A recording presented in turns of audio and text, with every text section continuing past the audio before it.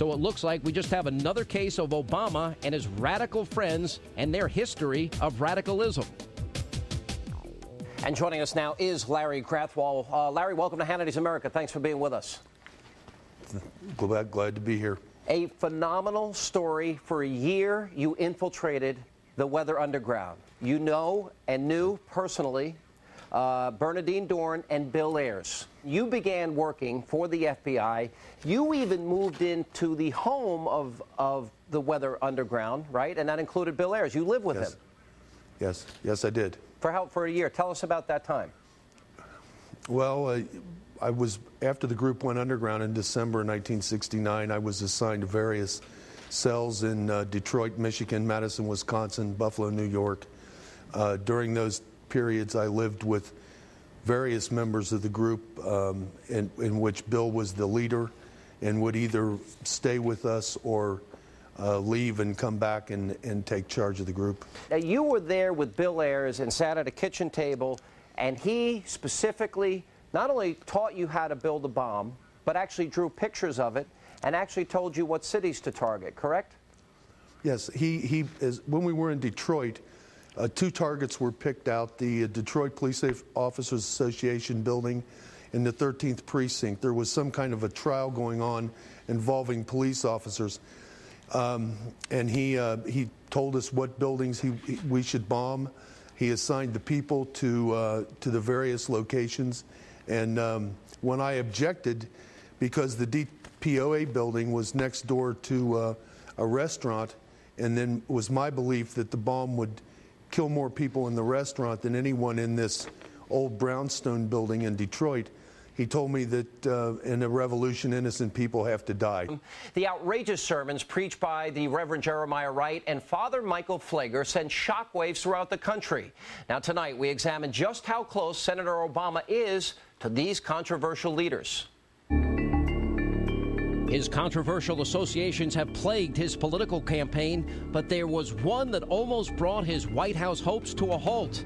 It was his relationship with his pastor of more than 20 years, the Reverend Jeremiah Wright. Barack Obama first met Wright in the late 1980s when he was a community organizer in Chicago. While sitting in the pews for over 2 decades, Barack Obama was heavily influenced by the radical pastor. His second book, The Audacity of Hope, was even inspired by one of Wright's teachings. His admiration was so deep that Obama quoted one of Wright's sermons in his first book. Where white folks' greed runs a world in need, apartheid in one hemisphere, apathy in another hemisphere.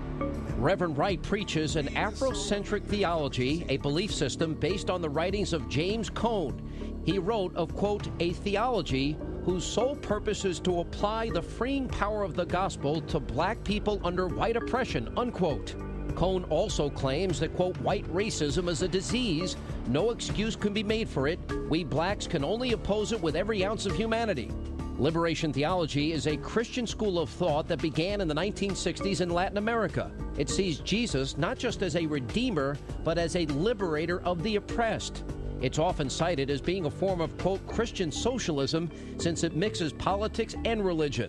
Our congregation stood in solidarity with the peasants in El Salvador and Nicaragua, while our government, through Ali North and the Iran-Contra scandal, was supporting the Contras. Jose Diaz-Balart from the Telemundo Network was stationed in El Salvador and Nicaragua as a war correspondent at the time. Liberation theology in Nicaragua in the mid-'80s was a pro-Sandinista, pro-Marxist, anti-U.S., anti-Catholic Church movement. I saw the churches in Nicaragua that he spoke of, and the churches were churches that talked about the need for violent revolution.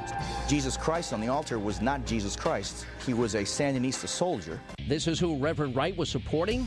Hannity and Combs was the first to expose Reverend Wright and his controversial teachings. The media began to catch up and the tapes emerged. God bless America? No, no, no. Not God bless America. God damn America.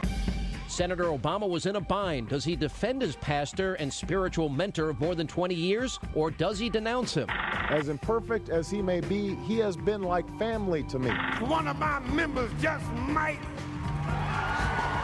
turn this mother out. turn the tables on white supremacy and have a black woman sleeping legally at 1600 Pennsylvania Avenue. He strengthened my faith, officiated my wedding, and baptized my children. And they will not only attack you if you try to point out what's going on in white America, US of KKKA. I can no more disown him than I can disown the black community.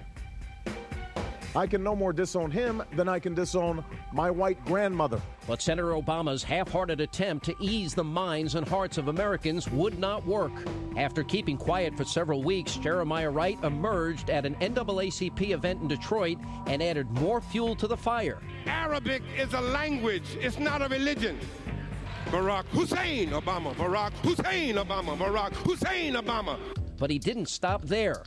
The following day, Jeremiah Wright raised even more eyebrows when he spoke before the National Press Club. You cannot do terrorism on other people and expect it never to come back on you. This is not an attack on Jeremiah Wright. It has nothing to do with Senator Obama. It is an attack on the black church. Finally, after all the outrageous comments, the Obama campaign could handle no more. Michelle and I told Reverend Otis Moss that we were withdrawing as members of Trinity. But what took him so long? He distanced himself from Jeremiah Wright, but this was not the only religious leader that Obama would have to run away from. At the same time that Reverend Wright's explosive comments were playing around the country, Father Michael Pfleger emerged onto the scene. Father Pfleger, a Catholic priest, is also a community organizer and activist in Chicago.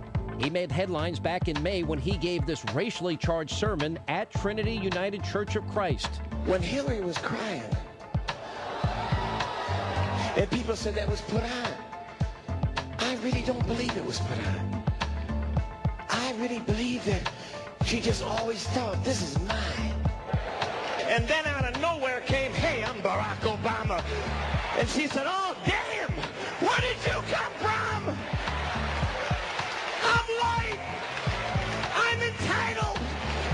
There's a black man stealing my show. Father Pfleger, like Reverend Wright, is a close associate with the Nation of Islam leader Louis Farrakhan. Father Pfleger has even called Farrakhan, quote, a gift from God to a sick, sick world and one of the most prophetic voices of our times. So how can they honor and praise a man who once said white men were the skunk of the planet Earth? And I'll be damned if I'm going to sit back while you tear down Farrakhan and Jeremiah Wright. How dare you? But just how close are Father Pfleger and Barack Obama? Well, back in 1999, Pfleger supported Obama during his run for the state Senate. The records also show that Pfleger contributed thousands of dollars to his campaign. Obama also steered a $100,000 state grant into Pfleger's affiliated programs back in 2000. And if that's not enough proof, Father Pfleger was once a member of the, quote, Catholics for Obama committee. It seems Barack Obama thought it was acceptable to be associated with Wright and Pfleger when it was political convenience, but discarded them when they turned into a political liability. Unfortunately for Obama, the truth has been revealed, and the American people know who his real friends now are. Barack Obama's stance on Israel caused major problems for him among some Jewish voters. Senator Barack Obama, with his occasional American flag pin on his lapel, spoke in front of Jewish voters at a synagogue in Florida. He wanted to reassure them of his personal commitment to Israel, but his loyalty was quickly called into question. You also characterized you and your wife's personal relationship with Rashid Khalidi, an avowed anti-Israel scholar at Columbia. You mentioned Rashid Khalidi, who's a professor at Columbia. I do know him because he taught at the University of Chicago, and he is Palestinian. And I do know him, and I have had conversations. He is not one of my advisors. He's not one of my foreign policy people. His kids went to the lab school where my kids go as well. He is a respected scholar, although he vehemently disagrees with a lot of Israel policy. As another radical relationship comes to light, Senator Obama is minimizing his association with Rashid Khalidi, an allegedly former member of a terror organization. Rashid Khalidi today is a professor at Columbia, earlier was a professor at the University of Chicago, but before that he was an employee of the Palestinian Liberation. And he was an employee of the PLO back when it was a designated terrorist organization. In 1982, the New York Times referred to him in an article on June 9th of that year as director of the Palestinian news press agency.